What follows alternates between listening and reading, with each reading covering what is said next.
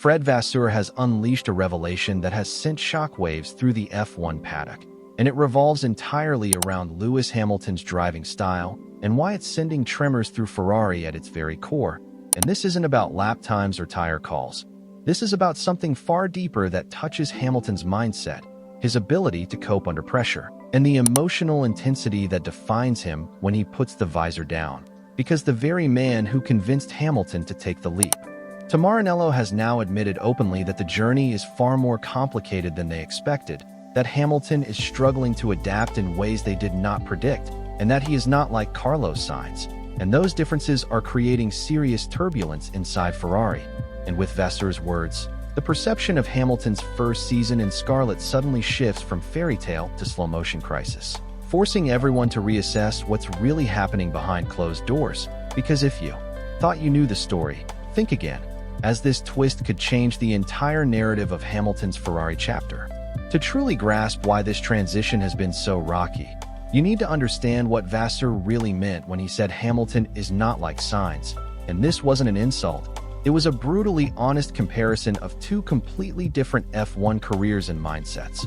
Because Carlos Sainz has carved a path as the ultimate journeyman chameleon, racing with Toro Rosso, Renault, McLaren, Ferrari, and now Williams. And each time he walked into a new environment with new engineers, car philosophies, and cultural structures, he adapted seamlessly, shaping himself to whatever the team demanded.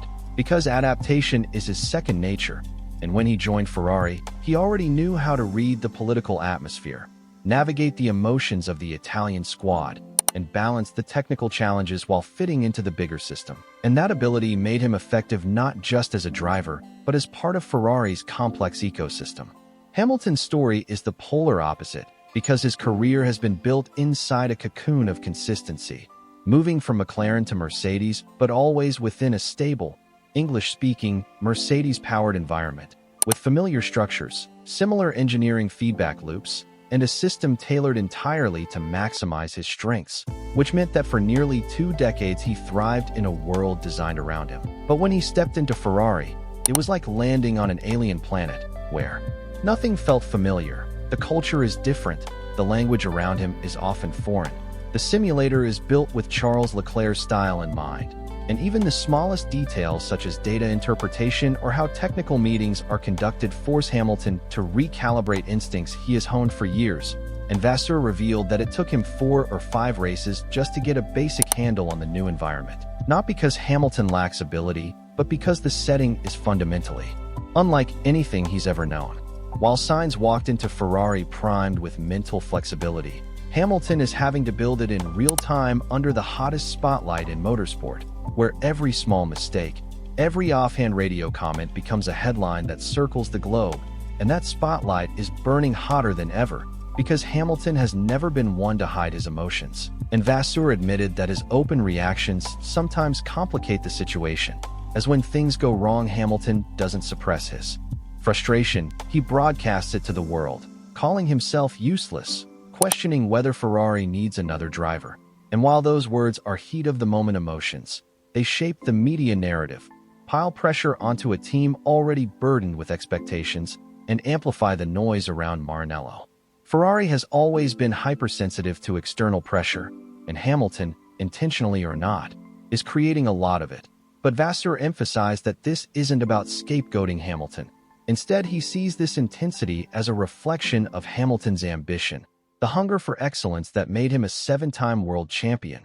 Yet those same qualities can turn volatile when the pieces don't fit together. And right now the SF-25 is a puzzle from hell, unpredictable in low-speed corners, plagued by a brake-by-wire system that doesn't respond to Hamilton's touch, with rear instability that destroys his entry confidence, and a power delivery curve so different from what he's used to that he's having to relearn traction control at the most critical race phases, all of which leaves him wrestling the car instead of flowing with it.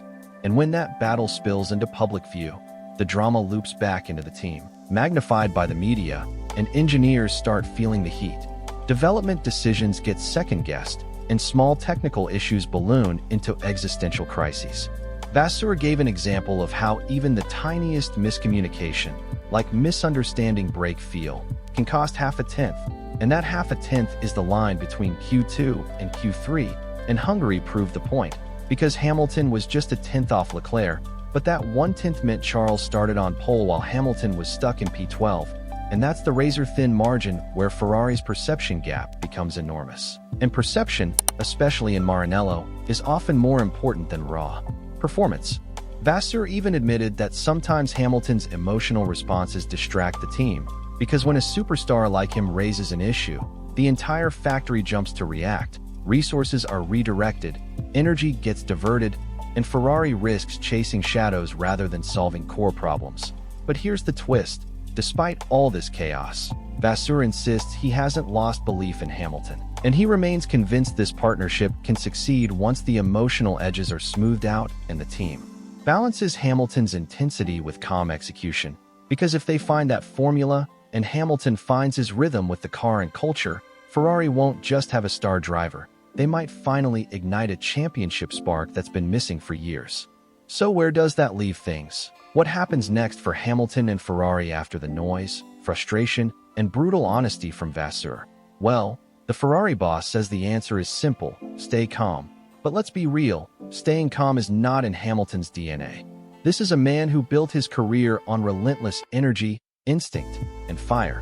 And that's perhaps the real challenge, not adapting to tires, brakes, or simulators, but syncing with Ferrari's rhythm, a rhythm that is passionate, imperfect, chaotic, and always under pressure, because as much as the world sees Ferrari as a romantic scarlet dream, inside Maranello it is a storm where every mistake becomes a story, every gesture gets magnified, and expectations never ease.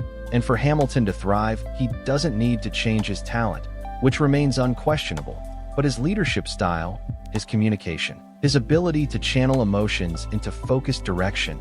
And that doesn't mean becoming robotic or burying his fire. It means leading with intensity and clarity at the same time.